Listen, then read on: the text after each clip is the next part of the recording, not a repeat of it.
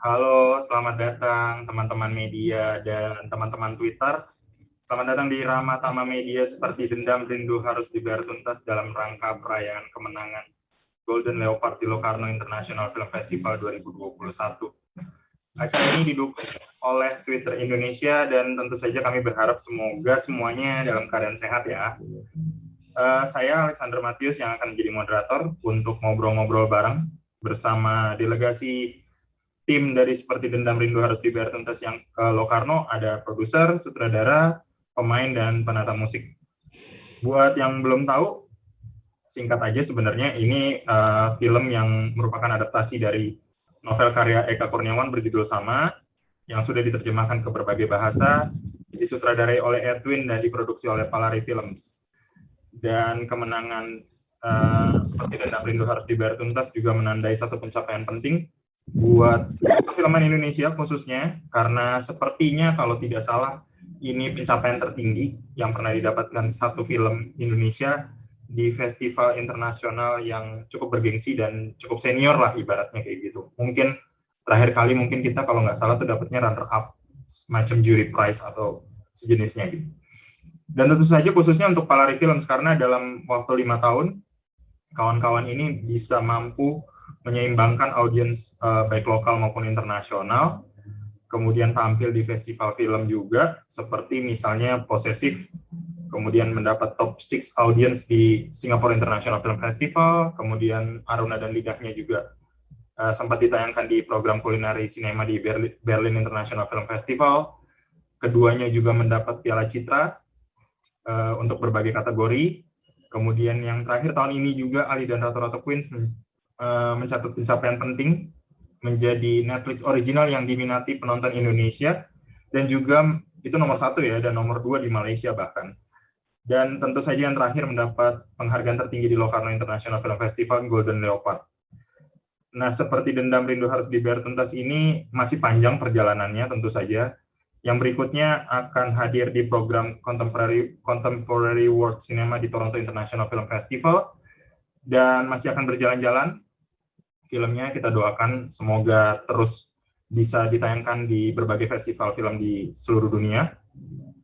Dan nanti kita bisa ngobrol-ngobrol langsung sama produsernya juga, sutradara, penata musik, dan pemainnya. Sebelum kita ngobrol nih, kita tonton lagi momen bersejarah, yaitu video pengumuman kemenangan Seperti Dendam Rindu Harus Dibayar Tuntas di Locarno International Film Festival. Eliza Hitman, possiamo continuare. Arriviamo infine al momento che stiamo tutti aspettando, naturalmente, anche se le emozioni sono state moltissime. Siamo al Pardo d'Oro, Gran Premio del Festival della città di Locarno del valore di 75.000 franchi suddivisi tra il produttore e il regista. You have the honor. Okay. The winner of our final prize today goes to a film that playfully and artfully pays homage to pulp revenge dramas from the 80s and the 90s. But as a jury, we were touched by the sensitive and subversive exploration of masculinity and femininity in a violent and macho world. The award goes to Vengeance is Mine, All Others Pay Cash by Edwin. Ne vediamo un estratto.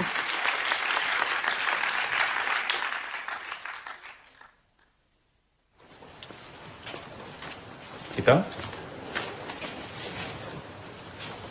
Hitam? Hitam, kamu kenapa?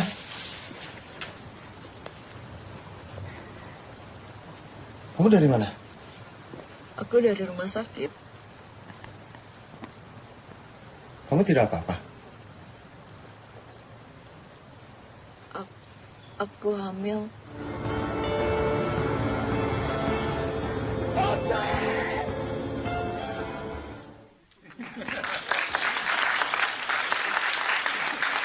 Signore e signori, ecco svelato il Pardo d'Oro. Invito sul palco il produttore Muhammad Zaidi Amiruddin.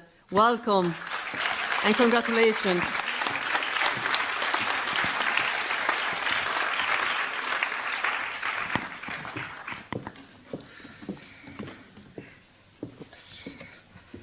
Thank you so much. Thank you so much for Locarno Film Festival. Thank you, Jonah. Thank you to the rest of the team. Thank you to the jury. This is quite unexpected for us.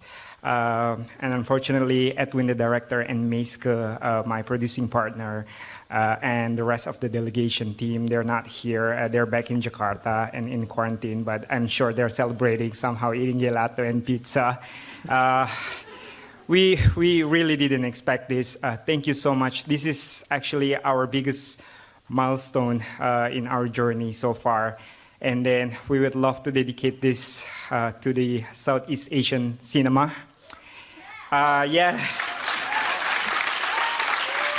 Especially during this very hard situation when we are battling in Indonesia, battling with the pandemic, and then we really hope this give like a boost of hope for all of us. So thank you so much, and I would also to thank our partners, Phoenix Films, ENW Films, Kania Pictures, the Match Factory Production, Bombero International, Natasha Siddhartha, Eka Kurniawan, Singapore Film Commission, Purin Pictures, White Light Studio, World Cinema Fund, Film Forderung Hamburg, Ministry of Education Culture of Indonesia, the Match Factory, Michael Weber and the team, and our publicist Brigitta. Thank you so much. Terima kasih buat semuanya. Thank you.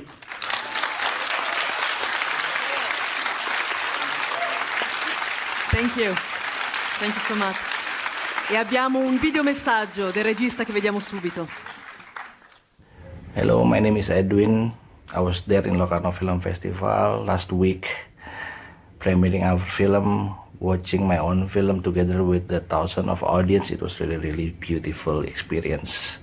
On behalf of all the cast and crew of Seperti Dendam Rindu Harus Dibayar Tuntas, I would like to say thank you Locarno Film Festival for all the effort bringing us all together, experiencing these special cinematic moments, especially during these difficult times.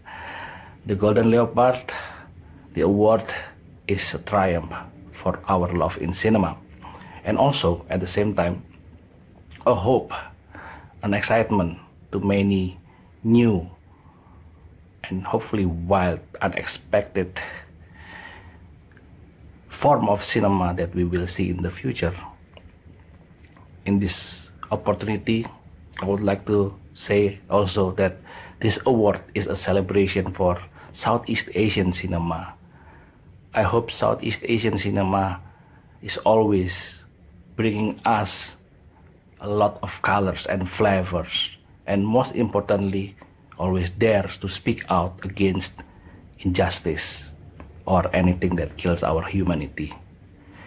That's it. Thank you. Terima kasih. Ya, itu tadi video bersejarah, pengumuman pemenang dan statement dari sutradara Edwin, Seperti Dendam Rindu Harus Dibayar Tuntas, memenangkan Golden Leopard di Locarno International Film Festival 2021. Dan langsung saja kita ke sajian utama kita pada hari ini. Kita menyapa semua teman-teman delegasi Seperti Dendam Rindu Harus Dibayar Tuntas di Locarno. Ada Meiske Taurisia dan Muhammad Zaidi, produser film Seperti Dendam Rindu Harus Dibayar Tuntas. Ada Edwin, sutradara dan penulis skenario. Ada Martinolio dan Reza Rahadian, cast, Ajo Kawir dan Budi Baik, dan ada Dev Lumenta, penata musik. Halo teman-teman. Halo. Bawah nih. Halo. Wah, itu tuh pialanya tuh. Oh, deketin men, mungkin teman-teman mau foto gitu, mau foto duluan ya, bersama ini piala. Namanya Mas Mantul. Iya, Mas Mantul, Mas Macan Tutul ya. Mas. Golden Leopard. Oke, buat teman-teman di teman-teman media boleh nanti langsung mencantumkan pertanyaan di kolom chat. Nanti tolong dikasih tahu apakah teman-teman bersedia untuk bicara langsung ke para cast and crew ini atau mau dibacakan saja gitu ya. Ini Ramatama, jadi santai aja perbincangannya. Selamat sore semuanya. Kita mulai aja nih ya, pertanyaan pancingan nih biasanya sebelum teman-teman pers nanya. Kita mulai dari Bung Dev dulu. Bung Dev, sebagai penata musik. Apa nih, ada kolaborasi nggak sih sebenarnya di film ini, Bung Dev? Ya sebenarnya ya susah juga ya menjelaskan karena filmnya belum ditonton gitu ya. Tapi sebenarnya gambarannya adalah ya sebenarnya kolaborasi, dan karena kita juga produksi di zaman COVID ya. Jadi memang produksi masuk studio itu bukan hal yang mudah gitu ya, agak berbeda dengan sebelumnya gitu ya. Jadi kalaupun ada kolaborasi, jadi sebenarnya itu dilakukan ya melalui swapping files online gitu ya. Jadi ada Jojo Prawira yang main klarinet yang bisa masuk studio, tapi juga kemudian ada string section gitu, itu kerjasama dengan Hamburg gitu ya, karena memang ada sebenarnya ada pendanaan post production untuk scoring juga. Jadi ada juga kolaborasi sebenarnya lintas benua gitu ya. Jadi saya memberikan file gitu ya, transcription dan MIDI file sampai ke Jerman. Dalam 2 hari mereka bisa menyelesaikan memainkan string quartet gitu ya untuk 4 bagian. Jadi memang produksi memang agak berubah ya di era COVID, tapi ya kolaborasinya adalah jadi juga sebenarnya agak terbatas. Meskipun kita tetap berhasil melakukannya juga sebenarnya lintas benua. Gitu. Oke, thank you Bung Devinya, ini agak repot juga nih. Musiknya padahal udah membuat kita goyang ya pada hari ini dengan irama-irama. Nah itu sebenarnya ya memang sebenarnya karena spirit dari kalau dari skrip pertama kan memang adalah settingnya di Pantura gitu ya. Jadi memang harus lenggak-lenggok gitu ya. Itu memang esensi dari tapi sebenarnya karena begitu banyak mood juga ya dalam film ini juga akhirnya saya juga merasa musiknya juga tidak harus secara tepat mencerminkan etnografi Pantura gitu ya. Jadi akhirnya karena Edwin itu juga mencoba merekonstruksi sebuah masa lalu yang imajiner gitu ya, akhirnya juga saya akhirnya memilih untuk lebih bebas gitu ya, meskipun membayangkan musik 80-an yang juga sebenarnya imajiner, musik 90-an yang imajiner gitu ya, dan ya karena spirit Jawa itu kan sebenarnya ini kan gado-gado gitu ya, jadi sebenarnya apapun ada gitu ya, kita dijajah oleh coba berapa bangsa gitu ya. Jadi akhirnya musiknya juga mencerminkan itu gitu ya. Jadi bukan hanya musik Pantura, bukan hanya dangdut, tapi juga sebenarnya ada tabrakan antara klarinet dengan elektronika, ada string quartet gitu ya. Jadi ya seperti itu jadinya gitu ya, agak sesuai dengan spirit setting filmnya. Gitu. Ya, kita geser ke para pemain. Ada Leo sama Reza. Leo sama Reza nih. Halo. Bagaimana kemudian perasaan ke Locarno International Film Festival? Apa pentingnya bagi seorang aktor gitu untuk bisa kemudian berkompetisi bahkan hadir ke festival yang berskala internasional? Dari Reza dulu mungkin. Ya tentu kalau ditanya perasaannya it's beyond happy ya, artinya sebagai sebuah delegasi kemudian sebagai tim gitu ya, sebagai tim berangkat, terus kita ada film Indonesia yang kita diputar di sana, masuk kompetisi dan membawa pulang hasil yang baik. Saya rasa perasaan yang paling besar ya perasaan bahagia, bangga. Ya tinggal kita tunggulah nanti dari hasil kerja keras teman-teman ini kita membawa, kita mendapatkan bentuk perhatian seperti apa, misalnya dari pemerintah gitu yang konkret. Apakah akan lahir sebuah gerakan-gerakan yang bisa memberikan dukungan tidak hanya pada kami, tapi pada industri film secara keseluruhan. Itu dari what voice is that? Suara-suara. Apa bibir kecil air? Coba tolong di-mute dulu, di-mute teman yang lain. Tapi Rez, bagaimana kemudian spesifik buat aktor gitu ya, buat aktor di festival internasional ini? Apa yang kemudian pengalaman apa yang kemudian lo dapetin yang bisa lo mungkin praktekkan, atau mungkin ini tidak hanya mungkin sebagai aktor tapi lingkungan aktor lo bertemu gitu ya, dengan mungkin lo bertemu dengan berbagai macam aktor juga di sana gitu. Yang lo dapetin apa berarti spesifik aktor? Agak berbeda ya, to be more specific about that particular question, agak berbeda karena tidak terlalu banyak berjumpa dengan pada kenyataannya dengan para pemain lain gitu. kita juga udah punya agenda yang cukup padat gitu selama di sana, dan waktunya juga cukup singkat. Saya berada di sana 3 malam 4 hari. Lalu kemudian mungkin yang paling menarik adalah ketika ada gathering-gathering. Ya, disitulah tempatnya kita ngobrol-ngobrol sesama insan perfilman, tidak hanya actor to actor, tapi juga actor and filmmaker gitu ya, director, sutradara, penulis, produser, dan melihat yang membangun relasi. Saya rasa networking nggak ada salahnya, dan itu selalu bisa membuka kesempatan berikutnya. Who knows, tiba-tiba ada misalnya project yang datang dari mereka-mereka yang juga menonton film ini, kemudian tertarik dengan permainan aktornya, kemudian consider untuk aktornya terlibat di next projectnya mereka. Those kind of ecosystem tuh yang menurut saya menarik dari pengalaman-pengalaman di festival International Film Festival gitu. Selalu ada opportunity, dan kitanya yang harus proaktif tentunya, nggak bisa tinggal diam dan berharap bahwa orang akan datang terus ke diri kita dan memberikan compliment atau pujian dan mengejar kita, tapi we have to catch them up juga gitu, dan itu pola-pola yang mungkin bisa dilakukan selama ada di sana dan menarik. Kalau Leo gimana, Leo, pengalamannya? Ya, pengalamannya sih untungnya ini pertama kali gua ngikut ke film festival, and everything is still new to me, so I just stick with the people yang sudah pernah ngelewatin proses ini, ya learn from them aja, baik itu dari Reza, baik itu dari Mas Edwin, Mbak Dede, Mas Edi, ya udah bener-bener kayak anak bawang aja ngintil gitu. Cuman from there, dari ngintilnya itu gue sih dapetin banyak banget pelajaran, ya balik lagi yang tadi Reza bilang, bisa ketemu sama banyak orang, dan this is the time where you network. Karena apa? Nggak menutup kemungkinan ke depannya lu diajak sama mereka, oh iya juga ya. So this whole new experience is actually a blessing for me sih, and ya di situ juga gue nemuin semangat yang selama ini udah lama hilang. Mungkin sekitar 2 tahun lah di Indonesia, di mana kita bisa duduk rame-rame, nonton di screen yang gede dengan sound yang seperti itu. Waduh, bau harum popcorn. Terus kalau misalnya orang udah mulai nih, yuk tutup, mati, jangan berisik. Ya, small things yang selama ini hilang itu tuh gue bisa ngerasain lagi di sana. Dan mungkin nggak tahu sih, lebih ke kitanya aja. How do we get that back? Because jujur sih, gue di Indonesia, I really miss that experience. Gitu aja sih.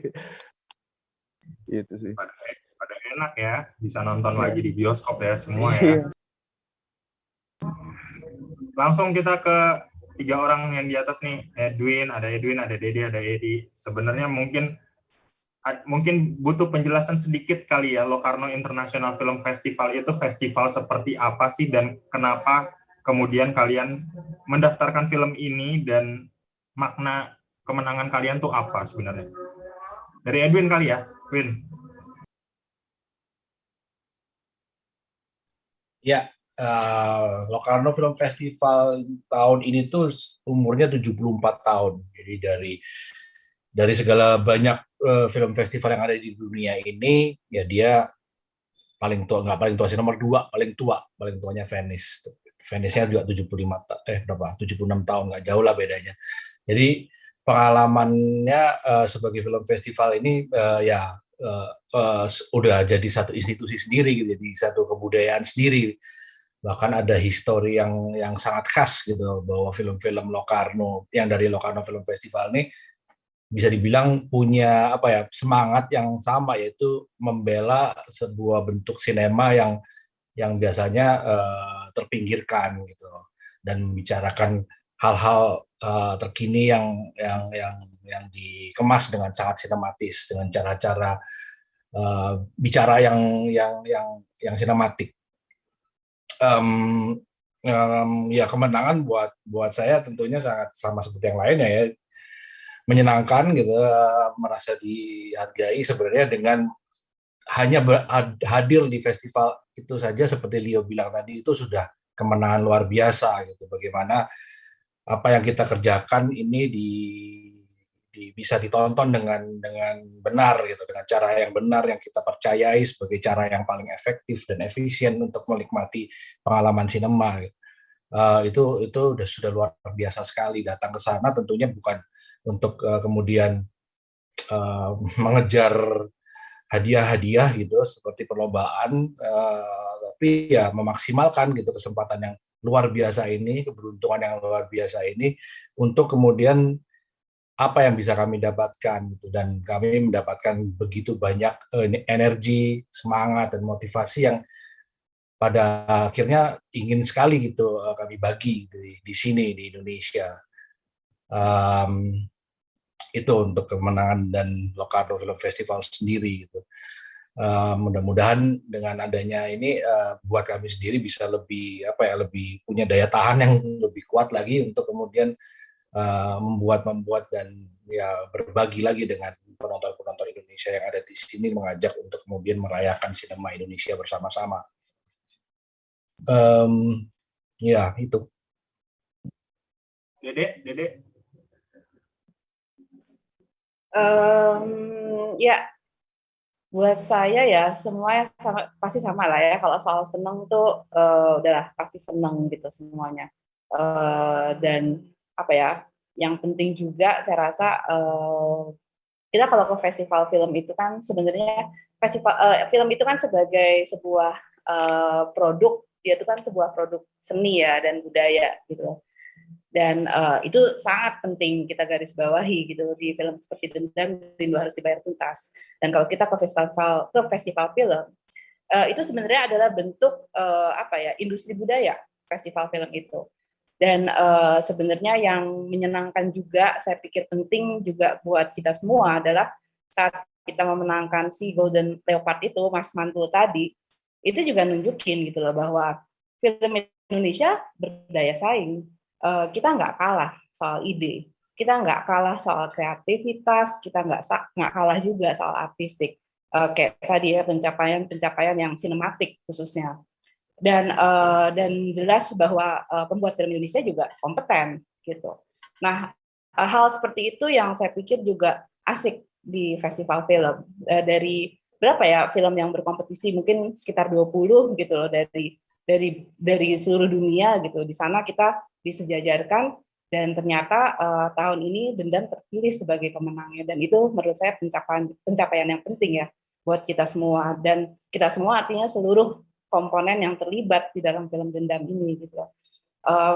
Dari mulai para profesinya masing-masing, seluruh lini, seluruh departemen, dan kemudian juga kerjasama internasional yang juga yang penting gitu dalam sebuah upaya untuk menantang diri kita sendiri juga gitu, untuk meningkatkan challenge kita gitu, tantangan kita gitu saat kita akan ke internasional. Saya pikir juga hal itu ya yang penting ya, soal bahwa kita berdaya saing dari sisi idenya, artistiknya, kreativitasnya, dan juga bahwa kita semua kompeten di mata internasional. Edi gimana Di menurut lo? Tadi udah banyak di cover sih, cuman kalau dari saya pribadi sebenarnya pertama memang yang perlu saya share memang adalah betapa blessed dan grateful-nya saya merasa bahwa film seperti Dendam, Rindu Harus Dibayar Tuntas melalui perjalanannya yang sangat panjang dari development sampai syuting, sampai post production, dan bahkan syuting yang tidak mudah dilakukan dalam situasi yang sulit di pandemi ini.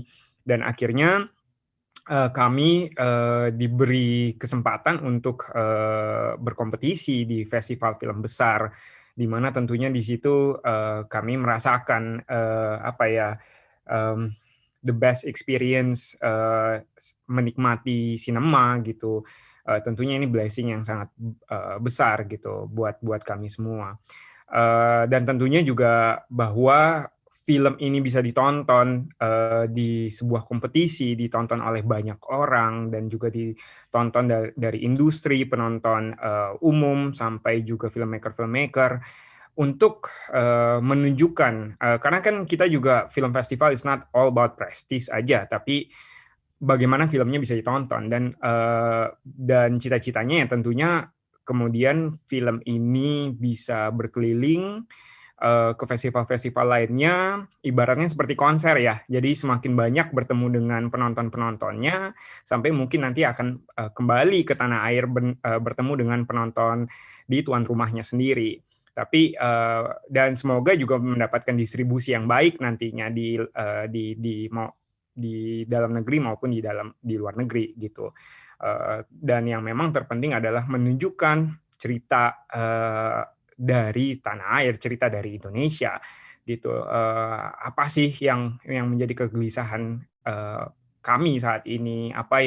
Mengapa cerita ini sangat penting, dan semoga film ini relevan dan resonate, ya terlihat bahwa bukan cuma dibuat penonton lokal tapi juga untuk audiens internasional, dan itu sangat penting untuk dibawa keliling gitu, dan itu merupakan sebuah penghargaan tertinggi ketika ternyata kami bisa berhasil mendapatkan grand prize di sana. Jadi itu tentunya sebuah kebanggaan. Saya punya pertanyaan sederhana sebenarnya, terkait ini masih ada hubungannya sama Locarno gitu ya, Locarno dan pemutaran film. Dari pengalaman kalian di sana gitu, pertanyaannya simpel aja sebenarnya. Kalian ditayangkan berapa kali? Apakah dalam konteks outdoor atau indoor? Dan sebenarnya bagaimana protokol kesehatan di sana? Dan apakah itu bisa diterapkan di sini? Gue nggak pertanyaannya. Ada yang bisa jawab? Siapa yang bersedia untuk menjawab? Oh, Edi. Mbak Dede aja kali. Nah, Dede, coba deh. Jumlah penayangan ya. Jumlah penayangan itu ada 1 untuk industri, artinya untuk semua buyer, sales agent, distributor dari seluruh dunia gitu, dan lintas format ya tentunya. Ada 1 penayangan khusus untuk media dan jurnalis, kemudian ada 3 pemutaran untuk publik gitu, dan di sana termasuk di dalamnya world premiere. Jadi kalau secara urutan pemutaran itu pertama industri, kedua media, kemudian jadi yang 2 ini eksklusif untuk masing-masing profesi ya. Kemudian world premiere-nya sendiri tanggal 8 Agustus itu yang untuk publik. Kemudian setelah itu ada 2 lagi penayangan untuk publik. Jadi totalnya 5 kali pemutaran di Locarno. Kemudian untuk kita yang di kompetisi itu semuanya indoor gitu. Kemudian ada memang program yang di Piazza Grande, namun itu program yang berbeda gitu. Nah, kalau Mamat bertanya tentang protokol kesehatan, sebenarnya waktu kita lagi berangkat pun kan sebenarnya kalau kita mau berangkat ke perjalanan internasional, pasti kita udah tahu lah ya persyaratannya dari mulai PCR, apa segala macam. Namun yang juga penting adalah fully vaccinated, gitu. Artinya semua yang berangkat harus sudah lengkap vaksinnya. Kemudian kita kirimkan ke mereka sertifikat vaksin kita, kemudian mereka validate. Kemudian pas sampai di Locarno, pas kita akreditasi itu yang misalnya dapat badge gitu ya, menandakan bahwa kita delegasi filmmaker gitu. Nanti kita dapat gelang gitu. Nah, gelang itu menandakan bahwa kita filmmaker yang sudah fully vaccinated dan validate gitu untuk minimal untuk di kota Swiss ya gitu. Kemudian jadi kalau kita mau kemanapun juga, selama kita udah pakai gelang itu udah nggak ada pertanyaan lagi soal si vaksin tersebut ya. Kemudian kalau soal protokol tentunya tetap diterapkan sih gitu. Maksudnya masker segala macam itu tetap jalan. Rasanya bisa tambahin sedikit aja. Mungkin kalau terkait protokol gitu ya, yang menarik adalah pertama kita nonton dengan memakai masker, itu udah pasti. Kemudian vaccinated, gitu, 2 kali shot gitu, vaksin. Kalau misalnya itu bisa diadaptasi bahwa kemungkinan menonton kembali di bioskop Indonesia dibuka dengan sistem itu, bahwa orang yang menonton adalah yang sudah divaksin, seperti halnya kita masuk ke dalam mall saat ini kan juga begitu ya. Itu akan memberikan kesempatan dan udah bisa kita adopsi dengan memakai masker dan lain-lain. Bioskop juga memakai HEPA filter. Harusnya kita nggak terlalu punya banyak alasan lagi untuk menunda bahwa bioskop dibuka sih sebenarnya. Kalau menurut saya ini pendapat saya pribadi ya. Artinya bioskop sudah kembali bisa bisa dibuka dan dengan protokol yang ada. Gitu. Samain aja. So if you can enter a mall, why not you can enter a cinema gitu with all the semua protokol yang dianjurkan dan tambahan sedikit aja.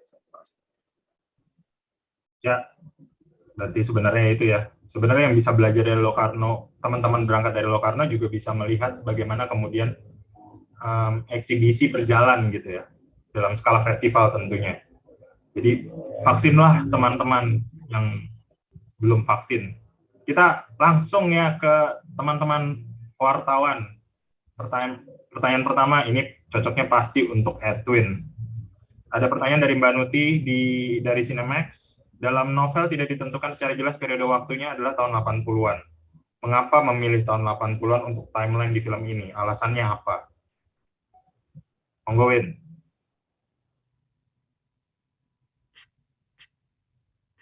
Masih di mute. Oke. Ya, memang betul tidak ada spesifik tahun tepatnya di novelnya, tapi terasa itu referensi yang dibicarakan, setting yang dibicarakan itu dari budaya populer yang beredar dalam buku itu ya 80-an awal 80-an akhir ke 90-an awal gitu. Ketika Orde Baru masih dalam puncak-puncaknya. Jadi itu sebenarnya masih terinspirasi dari bukunya, settingan ini. Dan memang dari filmnya juga yang kita juga pakai sebagai gaya bertutur itu adalah gaya bertutur budaya pop, khususnya film dan musik di era tahun itu, 80-an, 90-an. Di mana kita semua terekspos dengan sangat fasih film-film Hong Kong yang action Hong Kong, komedi dan film-film B-movie dari Amerika, gitu. Termasuk juga serial silat gitu. Yang sangat-sangat mempengaruhi juga budaya pop Indonesia kita tahun itu, tidak hanya di film tapi di komik, di majalah, di musik juga gitu. Yang kemudian menjadi sebuah dunia yang saya rasa sangat-sangat menarik untuk kemudian dijadikan setting utama dari cerita film Ajo Kawir dan Iteng ini gitu. Memang pada akhirnya film itu kan selalu merespon juga dengan sejarahnya ya, sejarah film juga gitu. Dan periode tahun 80-an itu sebenarnya sangat-sangat mempengaruhi pengetahuan saya dan pengalaman saya sebagai pembuat film, karena ya saya tumbuh dan besar di zaman itu, yang saya tonton ya film-film itu gitu. Jadi secara tidak sadar koneksi secara personal pun juga hadir gitu di film ini dan buku itu gitu.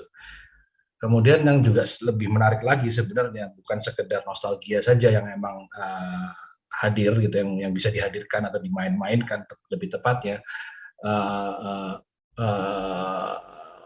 Menariknya itu adalah betapa buku itu juga mampu membicarakan hal-hal sekarang, hal-hal yang menjadi persoalan sekarang, masa kini, kontemporer, walaupun settingnya retro ya, walaupun settingnya tahun 80-an. Jadi kita bukan membuat film tahun 80-an, kita terasa tetap membuat film sekarang gitu. Dan nyata sekali bahwa semua orang yang terlibat di film ini, baik pemain maupun kru, semua pihak, produser dan semuanya itu merasakan bahwa ini adalah semangat yang sekarang yang kita coba hadirkan gitu, melalui bentuk interpretasi kita terhadap budaya populer tahun 80-an. Oke, kita langsung aja jawab pertanyaan nih ya. Berarti yang kedua buat Dede sama Edi nih cocoknya. Ini pertanyaan dari Wisnu dari Kompas. Wah, ini pertanyaan sejuta umat nih kayaknya nih. Rencananya kapan akan mulai tayang di tanah air? Apakah mau tetap mengupayakan dulu semaksimal mungkin agar bisa main di bioskop-bioskop, baru kemudian jika terpaksa lewat OTT atau bagaimana? Apa ada rencana dan kapan juga mau ditayangkan, mungkin secara terbatas untuk media supaya bisa direview? Ya, silakan. Ya, Kalau dari sisi penayangan ya tentunya kita pengen banget gitu ya. Maksudnya kita sebagai pembuat film udah nggak sabar juga sebenarnya pengen nayangin segera gitu loh untuk di Indonesia gitu loh. Itu pasti gitu loh. Dengan ngobrol aja kayak tadi gitu waktu Dave bilang di depan soal musik belum pada nonton kan kayak aduh coba udah pada bisa nonton ya. Namun memang kita sebagai filmmaker juga perlu mau nggak mau nih jadi menahan-nahan diri juga gitu loh, karena ini juga bagian dari apa ya strategi distribusi kita gitu, bahwa dengan kita world premiere di Locarno artinya kita perlu menjalankan tugas kita juga untuk mendistribusikan film ini ke ranah internasional terlebih dahulu gitu. Kenapa sih sebenarnya ke internasional dahulu gitu loh?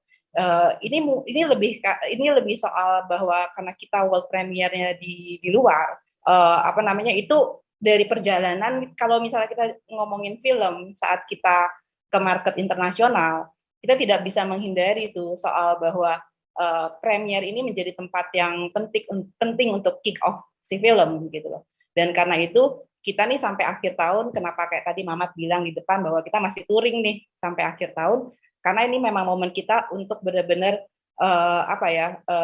berkeliling dari satu festival ke festival lain sambil menjaring distributor-distributor di ranah internasional gitu. Kemudian setelah itu tentunya kita pasti pengen sesegera mungkin gitu loh tayang di dalam negeri. Namun memang kenyataan zaman yang sulit saat ini di dalam negeri juga tidak bisa dihindari kan gitu loh. Jadi akhirnya ya saat bioskop juga lagi belum bisa menayangkan gitu ya. Jadi ya kita gunakan kesempatan ini untuk jualan di internasional dahulu. Kalau ditanya kapan sih pengennya gitu loh. Mudah-mudahan bila semua lancar dan tentunya nomor satu adalah ini ya seberapa jauh bioskop bisa buka lagi dan pandemi juga tertangani dengan baik sehingga pengennya sih kita akhir tahun juga udah bisa tayang di Indonesia. Kemudian juga untuk teman-teman media, tadi saya baca juga pertanyaan dari Mas Wisnu gitu, apakah ada screening khusus gitu untuk para media? Tentunya ada gitu. Namun nanti waktunya kita akan alokasikan. Jadi ibaratnya kayak tadi pas saya bilang di depan soal di Locarno, tayangnya industri dulu, kemudian media, kemudian publik. Nah mungkin bisa dianggap ini tuh dalam skala besar seperti itu. Sekarang ini kayak kita ke industri dulu nih di luar. Kemudian tentunya kita akan ada alokasikan waktu untuk teman-teman media semua di Indonesia, dan habis itu kita akan tayang kepada publik. Edi, mau nambahin? Oke, semoga bioskop buka support salah satu festival di Jogja ya, biar bisa tayang. Amin, amin, amin. Amin. Tetap jualannya. Pertanyaan ketiga dari Gregorius Amadeo dari IDN Times. Edwin lagi nih. Ini ada 3 pertanyaan, satu-satu lah ya. Edwin, film ini membawa isu sensitif dan mungkin cukup tabu di Indonesia. Bagaimana proses riset atau pendalaman materi film agar pesan yang mau disampaikan terarah jelas kepada isu machismo ini? Ya, kalau memang dari bukunya kan terasa sekali gitu ya bahwa kita sedang membicarakan sebuah machismo sebagai salah satu budaya yang kita kenal lah. Jadi artinya ya karena sebagai budaya artinya ya banyak orang yang terlibat yang mengalami. Jadi ya filmnya harus bisa merepresentasikan se-universal mungkin pengalaman orang-orang yang pernah kita hadapi urusannya dengan culture machismo tadi gitu. Contohnya gitu yang paling sering gitu ya mungkin dari yang hal-hal yang simpel kayak anak laki-laki jangan nangis dong gitu.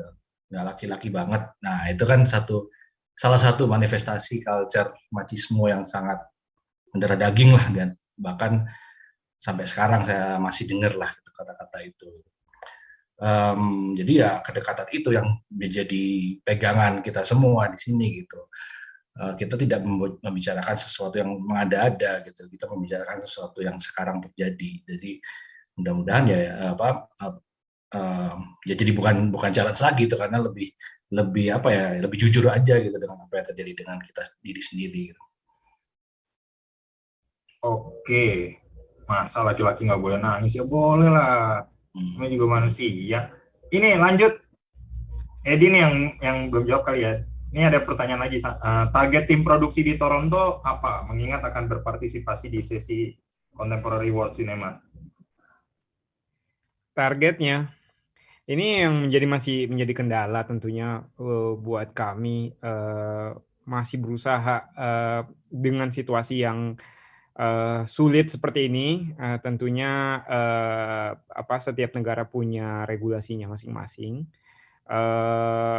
Targetnya sih terutama ya, walaupun keberadaan kami masih dipertanyakan apakah akan berangkat apa tidak, tapi yang paling penting memang adalah semoga filmnya sendiri itu bisa dinikmati di market North America ya, khususnya di Toronto, karena memang Locarno kan memang di Eropa yang tentunya audiensnya paling banyak ya dari Eropa gitu. Nah ini kita penasaran juga terhadap reaksi penonton dari North America yang di sana akan ada 4 kali screening, bahkan akan ada screening tambahan kalau nggak salah. Dan ini yang walaupun memang dinikmati oleh masyarakat Kanada dan mungkin sekitarnya gitu ya. Ya berharapnya sih semoga bisa punya koneksi yang dalam gitu dengan mereka, terutama untuk para pecinta genre films gitu, dan juga world cinema, dan pengharapannya ya semoga bertemu dengan para calon distributornya lah, kurang lebih kalau dari saya seperti itu. Ya, siapa tahu Menteri Kesehatannya mau membuat regulasi khusus yang film mau berangkat, kita kasih vaksin khusus gitu kali. Ya, Res ya. Colek terus. Nih, pertanyaannya balik lagi ke produser lah ya. Sebenarnya ya dia bilang bahwa kemenangan film ini jadi oase di tengah industri perfilman Indonesia kena hantam badai pandemi. Tapi pertanyaannya dari Palaris sendiri, adakah proyek menarik lain yang akan digarap dalam waktu dekat?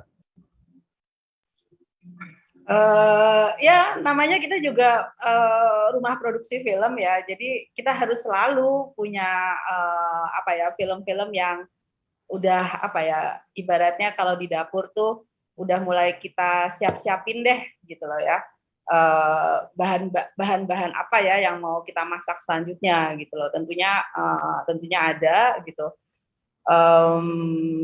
Ada beberapa judul gitu, ada Edi lagi siapin sebuah cerita juga dengan sutradara Lucky Kuswandi, ada saya juga sedang mempersiapkan sebuah skenario, kebetulan kita lagi ikut program labnya yang dari Kemendikbud, dari Dirjen Film, itu juga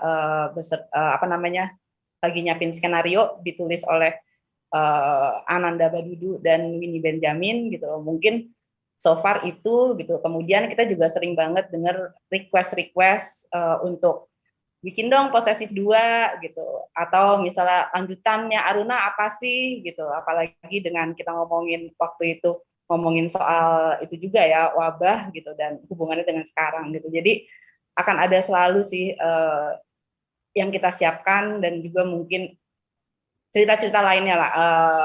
Dan ini ya mungkin Edi juga bisa menambahkan gitu, bahwa kita juga mau melengkapi Palari Films dengan berbagai genre.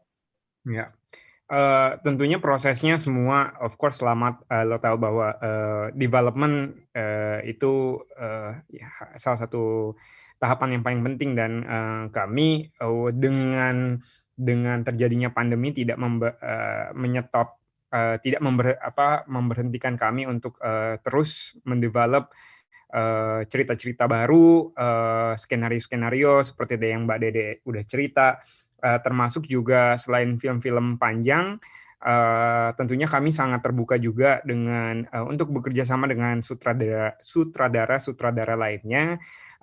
Kami juga punya dalam tahap development juga untuk membuat sebuah project serial film pendek dengan sutradara muda di Indonesia, dan sutradara yang nggak terlalu muda lagi tapi punya ada benang merah lah antara mereka gitu. Jadi semoga ini dengan kemenangan ini, dengan juga berkelilingnya film seperti Dendam di seluruh dunia, semoga itu juga menambah semangat kami untuk terus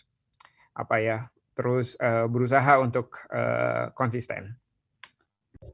Gitu. Oke, kita lanjut pertanyaan dari Jack nih, yang rajin banget tiap ada sesi tanya jawab langsung hadir dan bertanya dari media Indonesia. Mungkin ini pertanyaannya buat Leo dan Reza ya. Pertama, pertanyaannya adalah pengalaman menonton World Cinema, apa yang didapat dan menjadi catatan personal sebagai aktor? Leo dulu mungkin. Pengalaman pertama nonton World Cinema, mungkin bukan balik lagi kayak yang tadi dibilang sama Mbak Dede, bahwa selama masa festival itu berlangsung, itu adalah satu fairground yang dimana semuanya sama, nggak ada yang lebih di antara satu sama lain. Itu aja sih. Itu pengalaman yang belum pernah gue ngalamin sendiri. Karena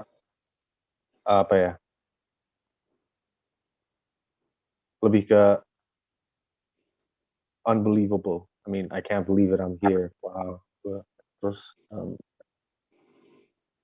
melihat hasil karya kita sendiri dinonton dan dinikmatin sama banyak orang. Terus udah gitu setelah mereka nonton, mereka memberikan apresiasi secara langsung, bukan dari media atau via apapun gitu ya. Jadi literally mereka datang, hey, congratulations, I thank you for your performance, thank you for, bener-bener kayak, wah, kok setulus ini ya ngerasanya. Dan itu mungkin salah satu momen yang gak mungkin gue lupain seumur hidup. Kalau sebenarnya kalau pengalaman akhirnya melihat World Cinema gitu ya, itu membuka satu wawasan tersendiri gitu, bahwa mereka sebegitu punya kebebasan dalam mengekspresikan diri dalam berkarya gitu.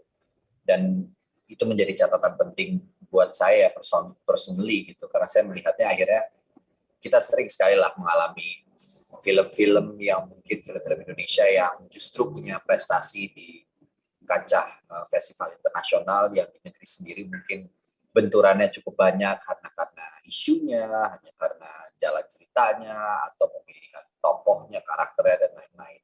Tapi ketika kita berbicara sinema dan akhirnya itu lead up to a freedom of cinematic universe, itu kita bisa World Cinema membuka kesempatan untuk berbagai macam jenis ekspresi cerita dan penokohan, dan jalan ceritanya sendiri bisa semakin wider, bisa semakin luas, dan itu yang saya dapat gitu ya, yang saya lihat mungkin lebih ke arah itu kan, betapa luasnya ruang untuk berekspresi.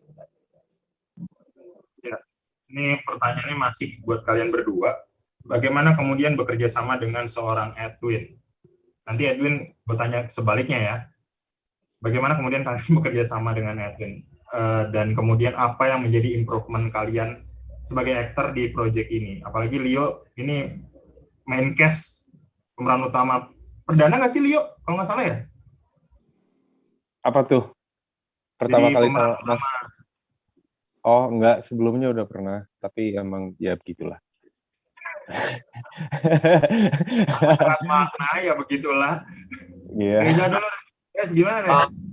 Iya, menarik karena buat saya selalu senang begitu bekerja sama dengan sutradara yang memberikan ruang-ruang untuk kami para aktornya bereksplorasi, mengerjakan PR-PR kami terhadap karakternya, membuka ruang realitas-realitas dalam seni peran yang bisa ditawarkan, tapi juga ada satu bentuk-bentuk baru yang coba diberikan dalam film ini secara khusus gitu. Karena saya selalu melihat tokoh yang muncul dalam sebuah film atau film itu sendiri kan sebagai refleksi sebenarnya dari realitas yang mungkin ada dan mungkin aja dekat banget dengan kita gitu. Dan ini satu kesempatan yang akhirnya membuat aktor itu jadi dituntut lebih kreatif dan menjadi tantangan tersendiri, karena kita harus mempersiapkan itu tadi beberapa hal-hal yang detail yang mungkin bisa ditawarkan juga kembali kepada sutradara kami, dan apakah itu diterima atau tidak tentu wilayahnya ada di wilayah sutradara, tapi senang kalau kita bisa punya ruang untuk berdiskusi, untuk berekspresi tentang apa yang kita pikirkan. Itu yang menarik yang saya rasakan bersama Mas Edwin sebagai sutradara. Apa challenging paling gede, Res? Maksudnya menyiapkan PR-nya paling gede apa nih challenge-nya di project ini? Mungkin menghidupkan karakter ini pada ruang yang sudah dibangun ya, ruang filmnya gitu. Itu yang menarik gitu. Maksudnya menemukan hal-hal yang mungkin tidak besar, cenderung kecil bahkan, tapi itu bisa menambah satu value. Mudah-mudahan itu bisa menjadi added value dalam karakternya gitu. Menemukan gestur-gestur yang selama ini mungkin saya tidak terlalu menyentuh wilayah itu di film-film sebelumnya, dan sekarang punya kesempatan untuk mengeksplorasi hal itu. Kemudian pembawaan dari mulai body language gitu ya, bagaimana dialog itu disampaikan gitu, itu ada beberapa hal yang menurut saya sangat berbeda dari pengalaman-pengalaman sebelumnya. Leo gimana Leo? Ya kalau untuk kerja sama Mas Edwin tuh emang kali ini tuh emang pertama kali, belum pernah sih, dan gue sih I had fun. That's the only thing that's important to me. Selama proses syuting I had fun. Untuk and I place my trust completely in Mas Edwin juga. Jadi sekaligus kita dikasih ruang, balik lagi yang tadi dikatakan sama Reza, kita dikasih ruang untuk explore sendiri, nyari gestur sendiri, dan bahasa yang nggak modern, tapi sebenarnya itu juga bahasa tulisan ya. Tapi how do you make it sound fluent? And that was our PR homework, and we got that done. Dan gue sangat-sangat bersyukur banget lawan main gue tuh Ladia Sheryl. Oh my God, she is the best. She is the best. I don't know if kalau lawannya bukan dia, nggak tahu deh gitu. Jadi kayak gitu sih. And it's fun. It's fun. I had fun. That's the only thing that's important to me. I had fun. Apa yang lo dapat kemudian? Yang gue dapat kemudian ya, it's not about the result sih, lebih ke filosofinya. It's not about the result, but you have to actually enjoy the process to get somewhere gitu. And I enjoyed the whole process, and we got somewhere gitu. And mind blowing sih. Gimana rasanya Leo di shoot dengan seluloid? Sebelumnya udah pernah sih, cuman ya deg-degannya itu tetap ada, lebih deg-degannya lagi. Terus yang namanya syuting dengan seluloid kan ya kita latihan bisa 11 kali, 12 kali, take-nya cuma maksimum 3 kali. Udah gitu diterakin sama Mbak Gadis, gue cuma bisa 1 kali lagi ya, nggak bisa lagi nih, oke, ya this is the one, kayak gitu. It's fun. Seru. Edwin gimana Win? Menanggapi bekerja sama dengan 2 aktor ini? Ya, di-unmute dulu. Nah. Oke. Luar biasa lah pengalamannya bekerja bersama Reza dan Leo yang memberikan ruang juga bebas buat saya. Sama dong jawabannya. Ya Reza dan Leo memberikan pikiran dan tubuhnya dan semangatnya 1000% buat film ini. Nggak ada yang nggak ada ya terasa kayak tentang dirinya sendiri. Masing-masing memberikan ini semua spiritnya ke film ini gitu. Artinya ya nggak ada yang mau menonjol satu sama lain gitu. Itu juga salah satu pengalaman bikin film yang enak gitu. Artinya kita tahu dan kita percaya semua orang memberikan yang terbaik, itu modal yang luar biasa sih. Dari mulai persiapan sampai akhir selesai syuting, bahkan sampai isi suara juga, balik lagi misalnya ada suara-suara yang harus di take ulang gitu di post production, semuanya memberikan yang terbaik, dan ini banyak banget ini orang yang terlibat di sini, dan ya luar biasa sih, luar biasa. Kayak tadi yang dibicarakan oleh Reza dan Leo itu semuanya saya saksikan dan saya alami, bagaimana mereka mencoba-coba cara jalan, cara pegang rokok, detail-detail yang selayaknya terjadilah ketika seseorang memberikan yang terbaik untuk filmnya gitu, saling merespon satu sama lain gitu. Jadi kalau misalnya budi baiknya ngapain, dipelajari dulu, dilihat, direspon oleh Aju Kawirnya, dilihat sama yang lainnya lagi, dan itu sih, itu proses yang ideal sekali gitu. Kita punya waktu yang cukup lama untuk untuk mencari bentuknya masing-masing gitu. Baju saya ingat kayak misalnya pilihan bajunya Budi Baik yang itu dipilih dalam 3 hari, mungkin ada 1 truk tuh yang dipilih-pilihin gitu. Dicoba-coba satu-satu, sepatunya nggak cocok, ganti celananya kekecilan, ganti bajunya. Itu sama lah, semua proses, saya rasa proses kesenian tuh ya emang harus dicari gitu, dan semua orang yang ada di sini tuh karena nggak mudah loh untuk berproses dan mencari itu ya. Orang mungkin pengennya langsung hasil jadi aja gitu. Ya nggak mungkin gitu, semua harus ada prosesnya, dan paling enak adalah bekerja dengan orang-orang yang bisa menikmati proses, dan saya beruntung sekali berada di tengah-tengah semua orang yang penuh dengan energi di dalam berproses ini. Oh, kalau bisa peluk-peluk ini rame-rame. Banget. Peluk, tos-tosan. Yel-yel gitu kan. Ada dance-nya. Mungkin saya tambahin sedikit. Ya, Edi. Mungkin tambahin sedikit ya, Mat. Karena saya sendiri kan throughout the process tuh saya nggak selalu ada pas syuting gitu ya, komandonya di bawah Mbak Dede waktu itu. Tapi begitu saya lihat hasil akhirnya sih, saya melihat bahwa ini sebuah eksplorasi yang buat saya, maksudnya tentunya agak bias karena saya timnya juga. Cuman ini bentuk eksplorasi yang sangat menyenangkan untuk dilihat gitu, sebuah bentuk baru gitu, acting dengan dialog-dialog bahasa baku tahun 80-an, dan saya melihat bahwa pemainnya memang memberikan effort yang sangat yang sangat besar, tapi kelihatannya sangat effortless, dan untungnya bukan cuman kami aja yang bisa menikmati, begitu juga dengan respon para penonton di sana.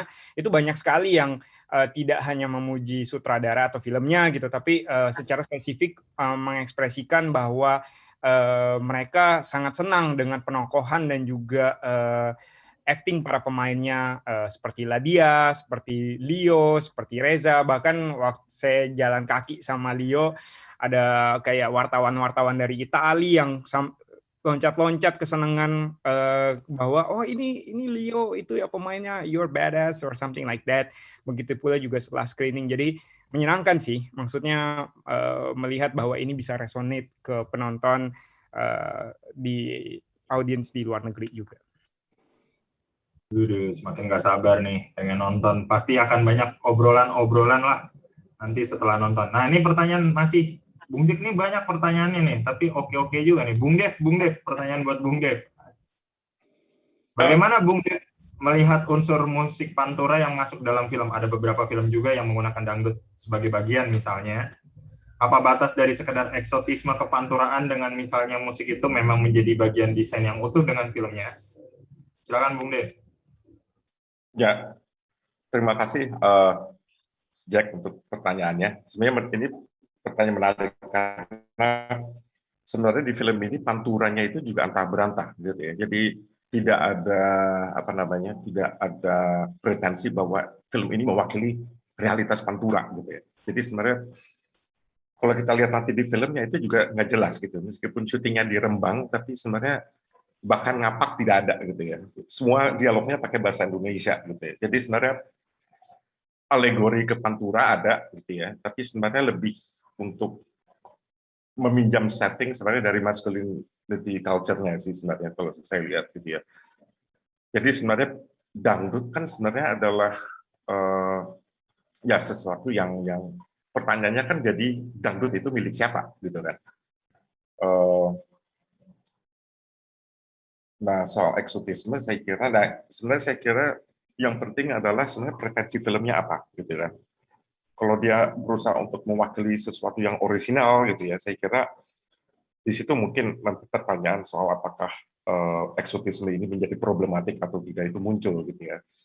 Dan itu biasanya terkait dengan relasi kekuasaan yang tidak seimbang gitu ya. Misalnya, dan ini saya kira banyak dialami, ini sebenarnya merupakan persoalan yang sering disebut dengan apropriasi budaya gitu ya. Dan ya saya kira sebenarnya end use dari penggunaan musik itu sebenarnya apa dulu gitu ya. Kalau memang ada pretensi untuk sebenarnya misalnya memakai dangdut untuk sebenarnya merepresentasikan sebuah realitas gitu ya, representasi gitu ya.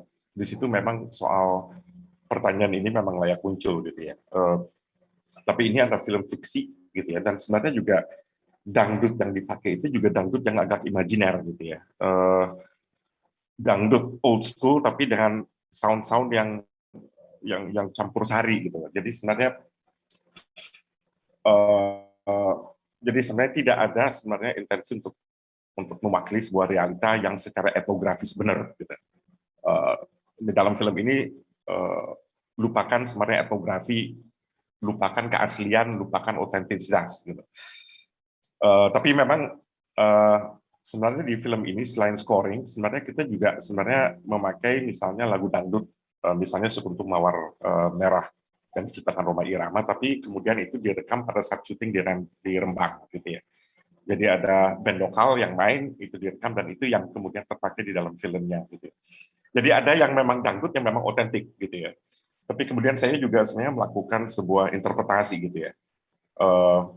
Jadi dan ini mungkin nanti banyak kelihatan di musik yang disebut dengan diegetic music gitu ya. Artinya musik yang jadi bagian dari scene yang bisa didengar oleh karakter. Misalnya suara dangdut sayup-sayup dari radio gitu ya. Ada suara dangdut yang sayup-sayup terdengar dalam truk. Tapi itu pun sebenarnya juga saya melakukan interpretasi bebas gitu ya. Karena realitas dari film ini juga adalah realitas yang tahun 80-an yang imajiner. Akhirnya dangdutnya juga menjadi dangdut yang old school tapi juga imajiner gitu ya. Dimainkan juga ada dengan peralatan modern, dengan beat yang juga mungkin tidak sepenuhnya bisa dibilang dangdut gitu. Jadi tapi menarik ya pertanyaan itu. Nah, tapi sebenarnya gini, jadi justru kalau untuk scoringnya sendiri malah tidak banyak justru dangdutnya gitu ya. Jadi mungkin tadi pas opening soundnya karena diputar musik dangdut, kesannya memang rasa mungkin dari scoring film ini adalah penuh dengan dangdut, tapi sebenarnya dangdutnya hanya muncul secara diegetic gitu ya. Tapi justru scoringnya itu lebih gaduh-gaduh lagi gitu ya. Ada musik rocknya, ada musik string quartetnya, ada sebenarnya penggabungan elektronika dengan klarinet, ada penggabungan misalnya antara seperti musik-musik B-movies tahun 80-an dengan tapi yang menarik juga adalah soal apakah musik ini kemudian mewakili sebenarnya apa yang mau diinginkan Edwin gitu ya. Jadi meskipun film ini sangat berbicara tentang maskulinitas, tapi yang saya coba tabrakan adalah justru dengan menghadirkan musik yang sangat melankolis gitu ya, yang justru bertabrakan dengan visual maskulinitasnya gitu. Jadi mungkin disitulah lebih banyak eksplorasinya di situ. Jadi bukan di pemakaian dangdut sebagai sebuah benang merah scoring untuk film ini. Mungkin kurang lebih saya gitu. Itu pertanyaannya. Dede. Nanti kita kayaknya kudu bikin ini ya, ngumpulin kru lagi ya. Kayak dulu di Kinosaurus, ngumpulin semua kru, ngobrol tuh. Seru juga nih. Ini film eksplorasinya banyak banget. Dek, pertanyaan Dek, masih dari si Bung Jack nih. Bagaimana kemarin dan ke depan, nah ini peran pemerintah dalam bantu tim dendam? Travel grant kah? Ada validitas vaksin kah? Itu pertama. Yang kedua, Udah kepikiran belum sih upaya untuk campaign biar bisa masuk Academy Awards? Yang pertama dulu ya. Yang pertama, pertama bantuan dari pemerintah. Kayaknya kalau kita tahu di industri film kan udah banyak ya bertahun-tahun gitu perjuangan untuk memperjuangkan di Indonesia supaya ada yang namanya hibah kesenian gitu loh. Nggak cuma di film tapi di semua lini kesenian dan film salah satunya. Nah sebenarnya tahun ini adalah kita mendapat hibah dari Kementerian Pendidikan dan Kebudayaan Kemdikbudristek RI dari Dirjen Kebudayaan, yaitu program pendukungan distribusi internasional. Nah ini sebenarnya adalah pertama kali ini kick off dari program pendukungan tersebut untuk film Indonesia yang memang tujuannya adalah distribusi internasional. Nah saya pikir ini adalah langkah yang baik ya gitu loh, karena kayaknya bertahun-tahun gitu loh kita semua ingin gitu loh ada sebuah program pendanaan untuk kesenian dan khususnya film juga gitu loh. Jadi kita juga bergembira dan Kemendikbud pun turut bergembira gitu dalam momen ini pertama kali membuat program hibah tersebut, program dukungan tersebut, dan filmnya pun berhasil gitu loh di Locarno. Jadi itu adalah sebuah langkah yang baik dan semoga program pendukungan ini justru akan terus ada semakin eksis tahun-tahun ke depan karena memang ya inilah yang dibutuhkan oleh industri film. Itu yang pertama. Terus yang kedua kalau soal Oscar, kayaknya Mas mesti nanya ke Hanung deh sebagai ketua komite Oscar. Kayaknya dia yang paling tahu tuh siapa yang akan mewakili. Karena kan kalau Oscar gitu kan lewat komite ya Mat ya kalau nggak salah ya. Jadi bukannya kita gitu tiba-tiba yang mengajukan. Kayaknya Indonesia dengan komite tahun ini yang diketuai oleh Hanung, nanti mereka mungkin akan diskusi-diskusi untuk menentukan film mana sih yang mewakili Oscar. Oke, ini pertanyaan terakhir nih dari Ali at Moviegoers ID. Buat produser, kedua produser. Gantian aja lah ya. Ini pertanyaan pertama, international sales agent kalian kan Match Factory ya? Ini berarti sudah dipastikan akan didistribusikan ke negara mana saja, itu yang pertama. Kedua, lebih ke nanya soal Ladya Sheryl. Ladya Sheryl apa kabar? Apa ada kesibukan? Kapan nih bisa ikut preskon kayak di awal dulu? Terima kasih. Mungkin saya akan jawab dulu yang nomor 2, Ladya Sheryl. Iya ya, kita juga lagi terus berkomunikasi dengan Ladya gitu, dan kita juga akan mengadakan sebuah momen lah tentunya dengan Ladya Sheryl.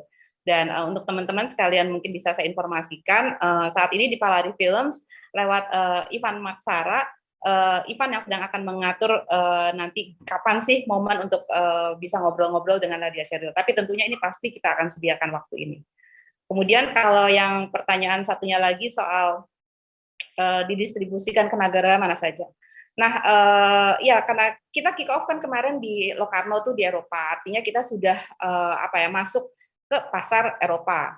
Nah, itu tentunya sedang berlanjut ya sekarang. Maksudnya semua ini kan perlu negosiasi, waktu segala macam. Nah, kemudian kan kita akan ke Toronto kayak tadi Edi bilang kan, ke Toronto dan ini kan the biggest film market di North America gitu. Karena itu kita juga tentunya sambil menunggu gimana nih hasil